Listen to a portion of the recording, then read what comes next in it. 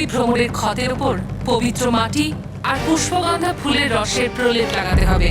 এই 3 ঘন্টার জন্য তোমায় বাচ্চাদের জাগিয়ে রাখতে হবে, কিন্তু তার আগে যদি বাচ্চারা ঘুমিয়ে পড়ে তাহলে ওরা আর কখনো ঘুম থেকে উঠবে না। আর ওই 3 ঘন্টার মধ্যেই তোমাকে পবিত্র মাটি আর পুষ্পগন্ধা ফুল নিয়ে এখানে আসতে হবে। রানী পরি, কিছু বাচ্চা আমাকে ডাকছে। যাওয়ার আগে আমি ওদের সাথে একবার দেখা করতে চাই। মানব, মেহের, বাচ্চারা তোমরা সবাই ঠিক আছো তো? বালবি, আমার খুব ঘুম পাচ্ছে, শরীরটা একদম ভালো লাগছে না। বালবি, কিছু করো, বাঁচিয়ে নাও আমাদের। আমি আর ব্যথা সহ্য করতে পারছি না। বাচ্চারা দেখো, তোমরা সবাই একদম চিন্তা করো না, আমি আছি তো। আমি তোমাদের কোনো ক্ষতি হতে দেব না। শুধু তোমরা কেউ ঘুমোবে না, তোমাদের যতই ঘুম পাক না কেন, ঠিক আছে?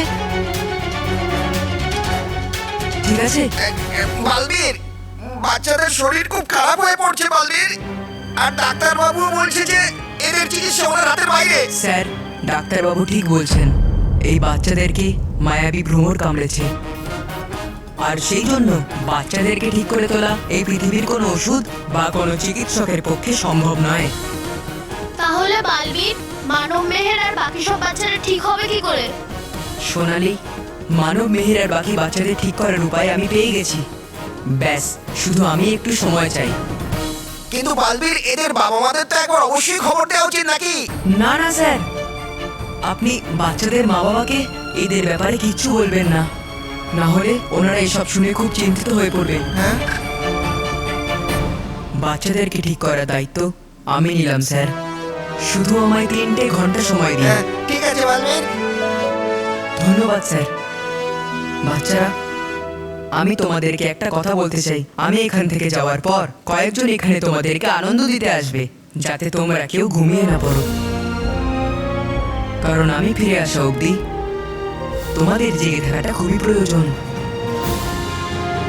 ঠিক আছে বালবি, আমরা এদের সবাইকে জাগিয়ে রাখার পুরো চেষ্টা করব। বাচ্চারা, আমি তোমাদের কথা দিচ্ছি, উপায় যতই কঠিন হোক না কেন, আমি তোমাদের কিচ্ছু হতে দেব না। আমি খুব শিগগিরই ফিরে আসবো।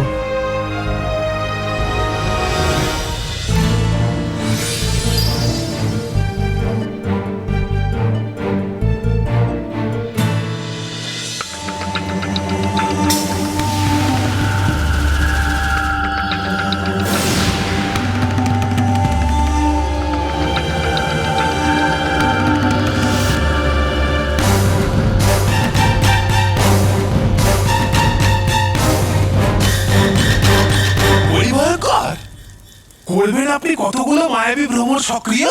যতগুলো আমার খেলা সম্পূর্ণ করার জন্য দরকার ততগুলো। কিন্তু পরিকল্পনাটা কি আপনার? পারছি না আমি কিছু বুঝতে। আমার খেলা বোঝার জন্য বুদ্ধি প্রয়োজন, যেটা তো তোমার মধ্যে একদমই নেই। তবা তবা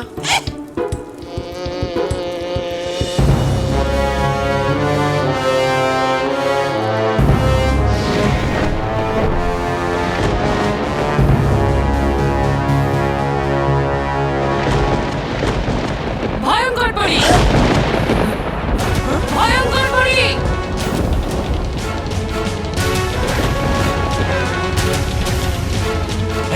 আরে আরে, এই যে মহিলা, দাঁড়ান, আরে দাঁড়ান, আরে রানী পরি, তুমি এখানে? ভয়ঙ্কর পরি, তুমি মায়াবী ভ্রমণদের জাগিয়ে ঠিক করনি।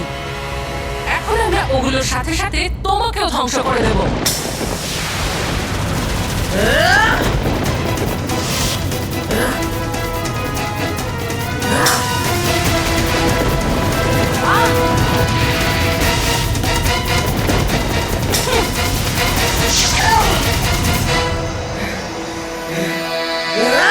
কেন সব পরিকল্পনা ভেস্তে এই পরিভয়ঙ্করের?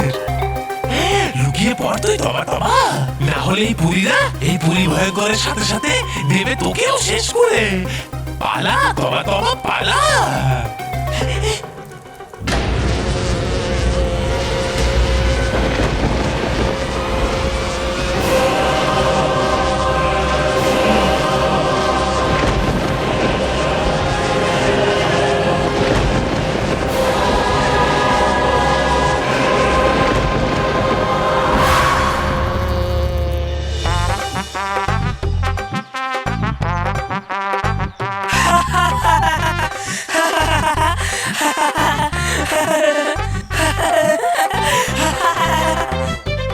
কুশল বল কেমন লাগছে? বস তোমার মাথায় রানওয়েই ভালো ছিল, এই আইফেল টাওয়ার কেন বসাতে গেলে? তোকে তো শয়তান। সোজাসুজি বল কেমন লাগছে? জিরো। হ্যাঁ, হিরো হিরো লাগছে। এবার দেখবি যখন আমি আমাদের স্কুলের গেটে এন্ট্রি নেব না, তখন সবার মুখগুলো পুরো দেখার মতো হবে। ওয়াও, কত সুন্দর হেলিকপ্টারটা। এই আমাকেও খেলতে দে না। না না, তুই ফেলে দিবি। আরে ফেলবো না, প্লিজ প্লিজ।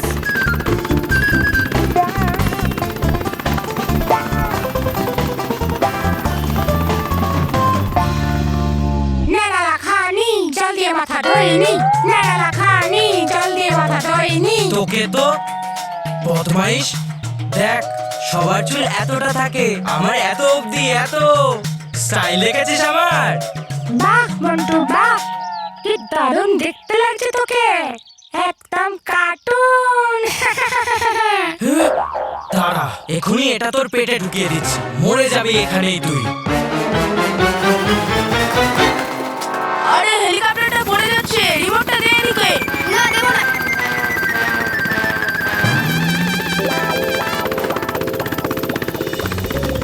আরে এটা তো মন্টুর চুলে গিয়ে আটকে গেল। দে আমাকে, আমি বের করার চেষ্টা করছি। দে। কুশল, আমার মাথার উপরে কি আছে? বস, হ্যাঁ এটা তো হেলিকপ্টার। হ্যাঁ, তোমার মাথাটা হেলিপ্যাড হয়ে ল্যান্ড করে ফেলেছে। আরে তাহলে দেখছিসটা কি? সরাও ওটাকে। এই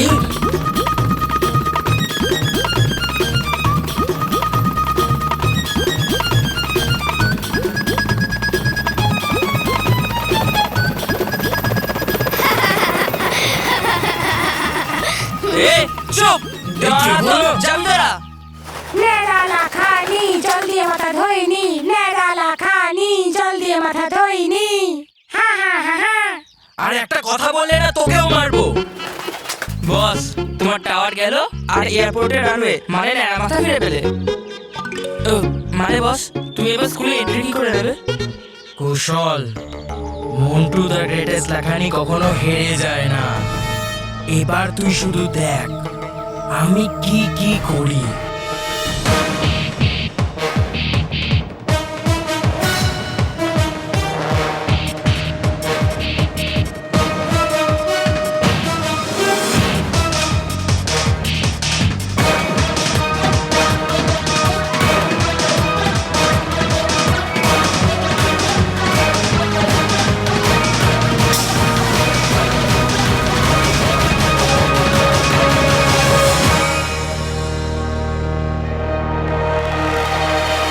মার্গদর্শিকা অনুযায়ী এটাই পাথরের প্রদেশ। এবার আমায় তাড়াতাড়ি গিয়ে পবিত্র মাটিটা নিয়ে নিতে হবে।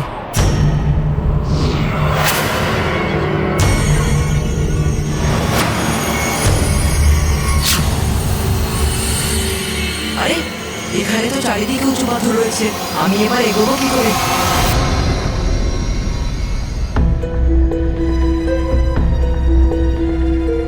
এখান থেকে যাওয়ার শুধু একটাই রাস্তা দেখতে পাচ্ছি, আর এই রাস্তাটা ছাড়া এখানে কোনো রাস্তাও নেই। আর সেই জন্য এবার আমাকে এই রাস্তাটা দিয়ে এগিয়ে যেতে হবে।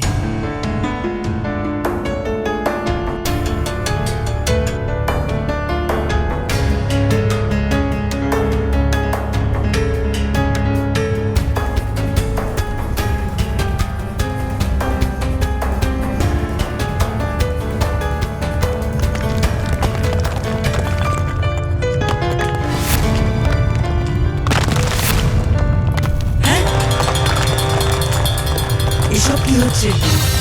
এই পাহাড়গুলো একে অপরের দিকে এগিয়ে আসছে কেন? যদি এরা এভাবেই এগিয়ে আসতে থাকে, তাহলে ওই পবিত্র মাটির দিকে যাওয়ার যে একমাত্র রাস্তাটা খোলা আছে সেটাও বন্ধ হয়ে যাবে। পরীরা,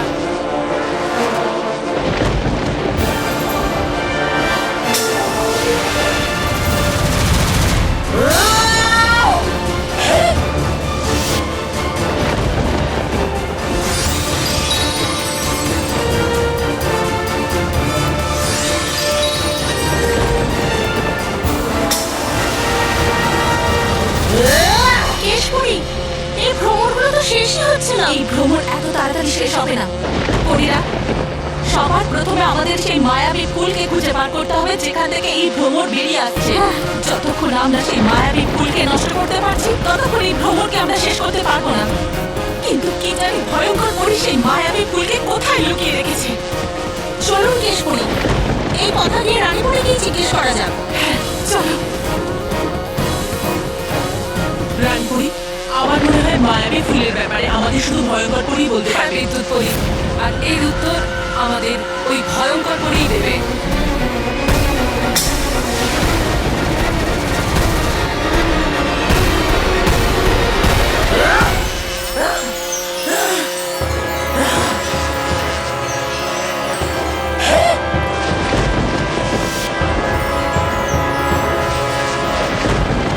তাহলে ভয়ঙ্কর পরী, বলো আমাদের ওই মায়াবী ফুল কোথায় আছে যাতে আমরা ওই ফুলকে নষ্ট করতে পারি। যদি তুমি আমাদের ওই ফুল না দাও তাহলে তার আগে আমরা তোমাকে ধ্বংস করে দেব। ঠিক আছে রানীপুরি, আমি ওই ফুল তোমাকে দিয়ে দেব, কিন্তু তোমাকেও একটা কথা দিতে হবে যে তুমি আমার উপর প্রহার করবে না। এমনিতেও আমি হেরে গেছি, আমি তোমার সাথে আর লড়াই করতে চাই না। ব্যাস, নিজের হেরে যাওয়ার যন্ত্রণা নিয়ে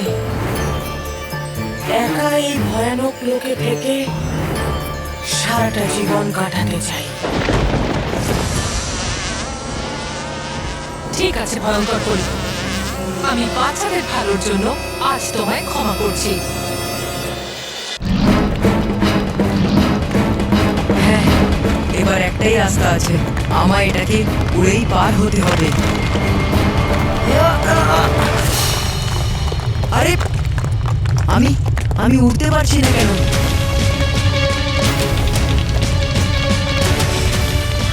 আমায় খুব শিগগিরই কিছু একটা করতে হবে, না হলে এই রাস্তাটাকে আমি কিছুতেই বেরোতে পারবো না। কি করি? হ্যাঁ, আমায় মার্গদর্শিকাটা দেখতে হবে।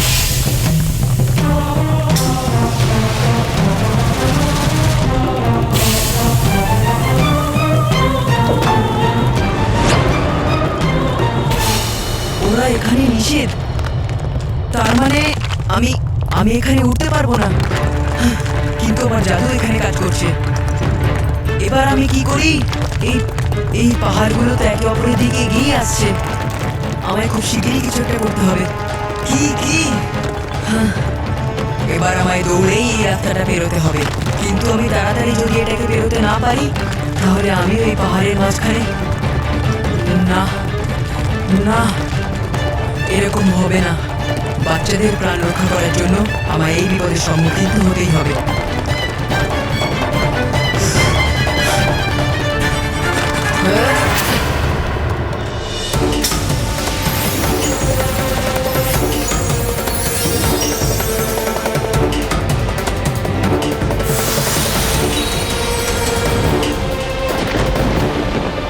তাহলে ভয়ঙ্কর পরী, এবার আমাদের ওই মায়াবী ফুল দিয়ে দাও।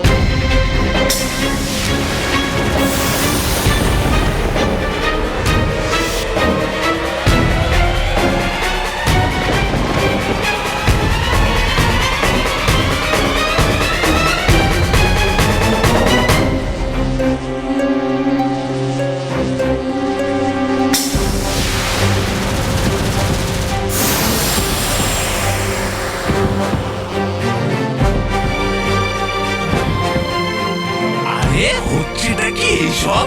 হচ্ছে না কেন ভয়ঙ্কর কিছু?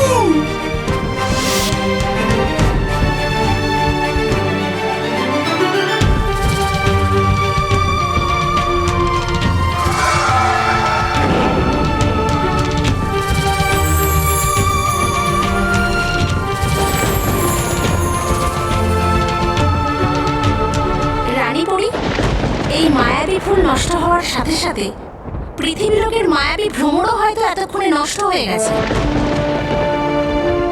এবার বাচ্চাদের আর কোনো ভয় নেই।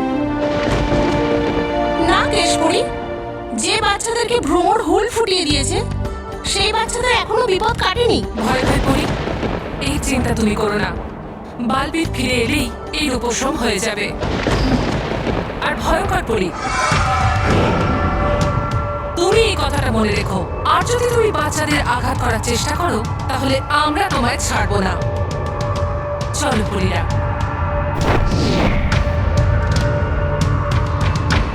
ওরে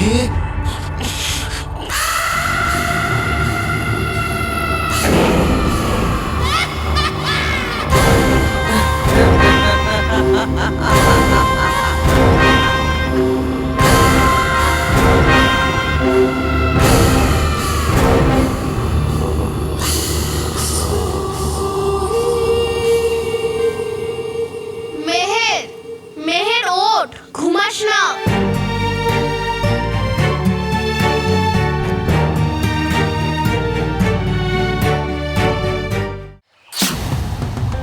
আনন্দে থাকো বন্ধুরা, আনন্দে থাকো।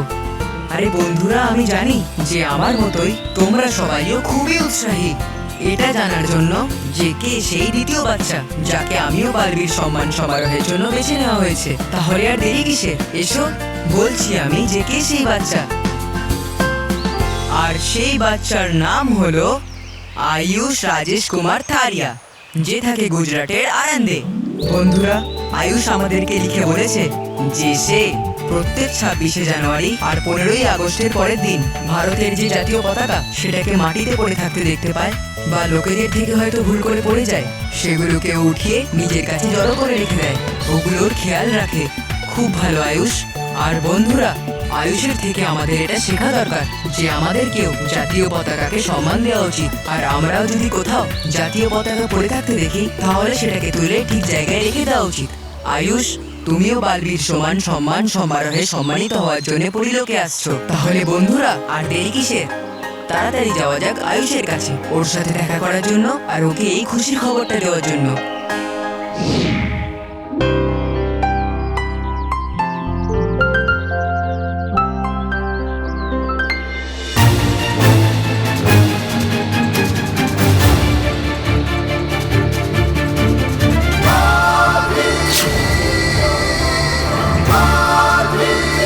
আয়ুষ, বালবীর,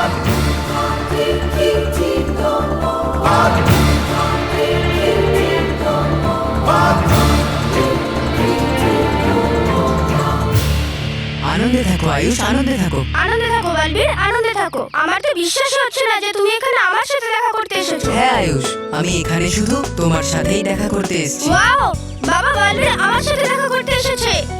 বালবীর, আমি খুব খুব খুশি যে তুমি আমার সাথে দেখা করতে এসেছো।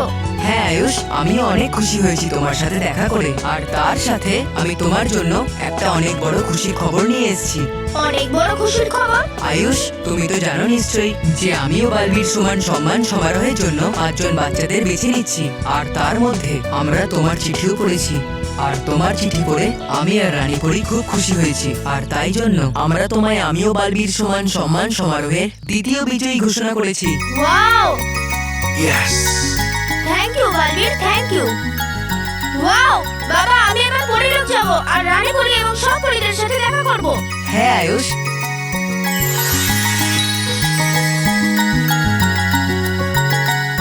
এই নাও তোমার পরিলোকে আসার নিমন্ত্রণ পত্র। ধন্যবাদ Balbir. Wow, thank you Balbir, আমাদের বাচ্চাদের এত সুন্দর প্রেরণা দেওয়ার জন্য আর ওদের সৎ ও ভালো কাজ করার শিক্ষা দেওয়ার জন্য। হ্যাঁ, কিন্তু আমাদের জন্যও এটা খুশির বিষয় যে আপনার ছেলে আয়ুষ আমাদের কথা বুঝেছে আর সেটা রেখেওছে। খুব ভালো আয়ুষ। Thank you Balbir.